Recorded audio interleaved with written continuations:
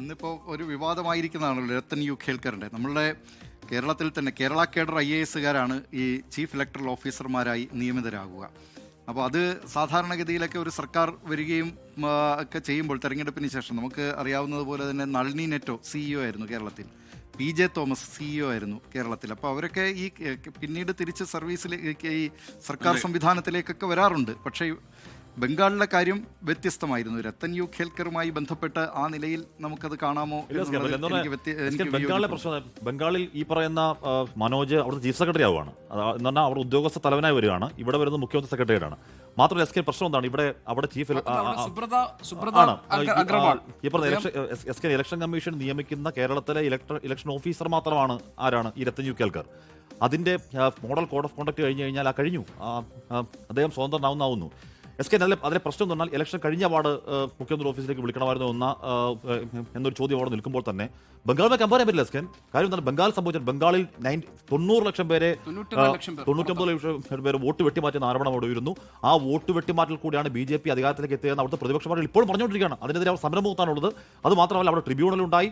ആ ട്രിബ്യൂണൽ ഇതിൽ SK അതിൽ 8-9 ലക്ഷം പേരുടെ പ്രശ്നം എന്താണെന്ന് അറിയോ? ഇപ്പോൾ ഹാഷ്മി താജ് ഇബ്രാഹിം എന്ന പേരിന്റെ T ഇല്ല എന്ന് പറഞ്ഞാൽ അങ്ങനെ കേവലം ക്ലറിക്കൽ മിസ്റ്റേക്കിൽ മാറ്റപ്പെട്ടവർ ഈ തെരഞ്ഞെടുപ്പ് വോട്ട് ചെയ്യണം, അടുത്ത വോട്ട് ചെയ്യട്ടെ എന്ന് ആ ട്രിബ്യൂണൽ കണ്ടെത്തി. അങ്ങനെ മാരകമായ പ്രശ്നം നിൽക്കുന്ന ആ സമയത്തെ അവിടുത്തെ ഈ പറഞ്ഞ ഇലക്ടറൽ ഓഫീസറെയും ഇവിടെ അങ്ങനെ എന്താണ് SIR അട്ടിമറി നടത്തിയത് CPM-ന് ഏതെങ്കിലും തരത്തിൽ സംശയമുണ്ടോ? ഇവിടെ ഈ പറഞ്ഞ ഇലക്ഷൻ എന്താണ് അട്ടിമറി ഉണ്ടായെന്നും ഈ പറഞ്ഞ പ്രശ്നങ്ങൾ ഉണ്ടായെന്നും CPM ഒരു ഘട്ടത്തിൽ പറഞ്ഞിട്ടില്ല.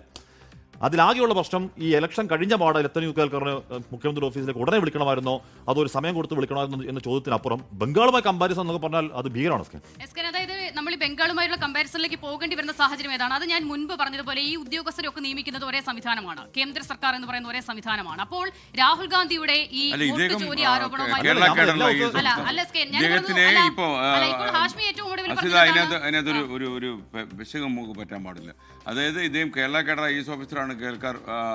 മാത്രമല്ല അതിൻ്റെ നിയമന അതോറിറ്റി സംസ്ഥാന മുഖ്യമന്ത്രിയാണ്. പുതിയ ഓർഡർ പ്രകാരം ഓൾ ഇന്ത്യ സർവീസിന്റെ അദ്ദേഹത്തിനാണ്. അപ്പോൾ അതിലെ അങ്ങനെയുള്ളതിലൊന്നും പ്രശ്നമല്ലേ. പക്ഷേ ഹാഷ്മി പറഞ്ഞ പോലെ ഒരു വ്യത്യാസം ഇതിനകത്തുള്ളൂ. ബംഗാളിൽ ഉയർന്ന ചീഫ് ഇലക്ടറൽ ഓഫീസർക്കെതിരെ ഉയർന്ന ആരോപണം കേരളത്തിലെ ഇലക്ടറൽ ഓഫീസർക്കെതിരെ ഉയർന്നിട്ടില്ല. ആകെ ഉണ്ടായത് BJP-യുടെ സീലിൽ വന്ന കത്ത് വന്നു എന്ന പ്രശ്നം അവിടെ ഉണ്ടായി. അന്ന് എല്ലാവരും പ്രശ്നം പറഞ്ഞു. അതിൽ ഈ കേൽക്കർ എന്താണ് സംഭവിച്ചതെന്ന് പറഞ്ഞു. രണ്ടാമത്തെ കാര്യം ഈ പറഞ്ഞ പേരാമ്പ്രയിലെ എന്താണ് സ്ട്രോങ് വോട്ടിംഗ് ബൂത്ത് തുറന്നു എന്ന ആരോപണം ഉണ്ടായി. അന്ന് CPM പറഞ്ഞത് എന്താണ്? CPM പറഞ്ഞത് അത് ഫാത്തിമാത്തയുടെ നാടകമാണെന്നാണ് പറഞ്ഞത്. രത്തൻ യു ഖേൽക്കർക്ക് തെരഞ്ഞെടുപ്പിന് സമയത്ത് ഇപ്പോൾ സീൽ ഒഴിച്ചു നിർത്തി ഏതെങ്കിലും തരത്തിൽ വോട്ടട്ടിമറി നടത്തിയെന്നോ എന്താണ് ബംഗാൾ സമാനമായ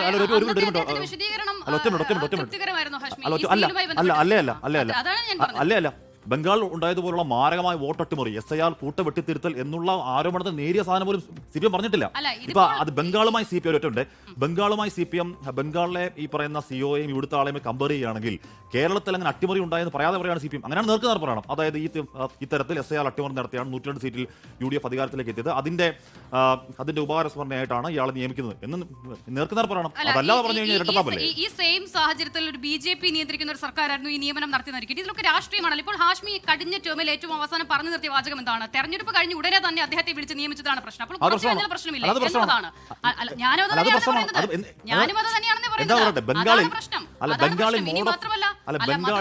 ബംഗാളിൽ മോറൽ കോഡ് ഓഫ് കോണ്ടക്ട് ഇപ്പോൾ കഴിഞ്ഞിട്ടില്ല. ഇലക്ഷൻ നടക്കുകയാണ്. അതടക്കം പ്രശ്നം അതുണ്ട്. ഞാനൊന്ന് വിശദീകരിക്കട്ടെ. അതായത് ഇത് എത്ര വരെ നിയമലംഘനം എന്നുള്ളതിനെ അടിസ്ഥാനമാക്കിയല്ലോ നമ്മൾ ഇത്തരം വിഷയങ്ങളിൽ നിലപാടെടുക്കേണ്ടത്, ആക്ഷേപം ഉന്നയിക്കേണ്ടത്. ഇപ്പോൾ ബംഗാളിൽ അത്രയധികം ആളുകളെ ഈ പട്ടികയിൽ നിന്ന് പുറത്തുപോയി, അതുകൊണ്ട് അത് ഓക്കെ, ഇവിടെ അത്രയും ഇല്ല എന്ന് പറയുമ്പോൾ ഒരു മിനിറ്റ് ഞാനൊന്ന് പറയട്ടെ. 90 ലക്ഷം വോട്ടർമാരെ വോട്ടർ പട്ടികയിൽ നിന്ന് വെട്ടിമാറ്റി. അതാണ് BJP-യുടെ വിജയ കാരണമെന്ന് CPM അടക്കം അവിടെ ആരോപിക്കുന്നു. എന്നോ ഇലക്ഷൻ അട്ടിമറി നടത്തിയ ഉദ്യോഗസ്ഥരെ തെരഞ്ഞെടുപ്പ് കമ്മീഷന്റെ ഓഫീസിൽ BJP-യുടെ സീൽ വരുന്നത് ഇലക്ഷൻ അട്ടിമറിയാ സംശയിക്കുന്നത്. സീൽ പോലല്ല. കേരളത്തിൽ ഇലക്ഷൻ അട്ടിമറി ഉണ്ടായോ? കേരളത്തിൽ ഇലക്ഷൻ അട്ടിമറി ഉണ്ടായോ? കേരളത്തിൽ ഇലക്ഷൻ അട്ടിമറി ഉണ്ടായെന്ന ആരോപണമുണ്ടോ?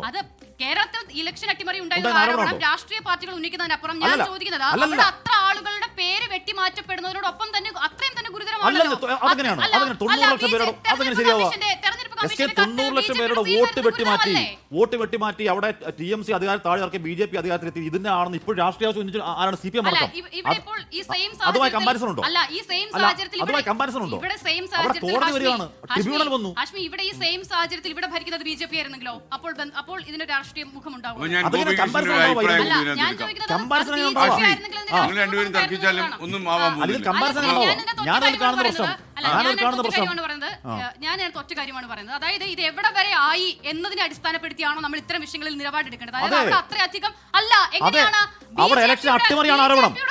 അവിടെ ഇലക്ഷൻ അട്ടിമറിയാണ് ആരോപണം വസിത. അവിടെ ഇലക്ഷൻ അട്ടിമറിയാണ് ആരോപണം. അതും സീലുമായി കമ്പാരിസൺ ഉണ്ടോ?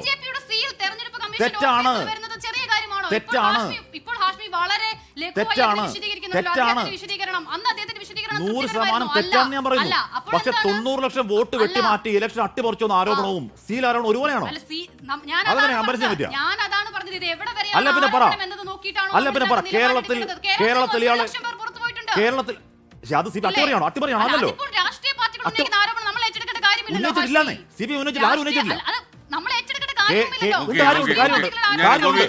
കേരളത്തിൽ SI അട്ടിമറി ആരും ആരോപിച്ചിട്ടില്ല.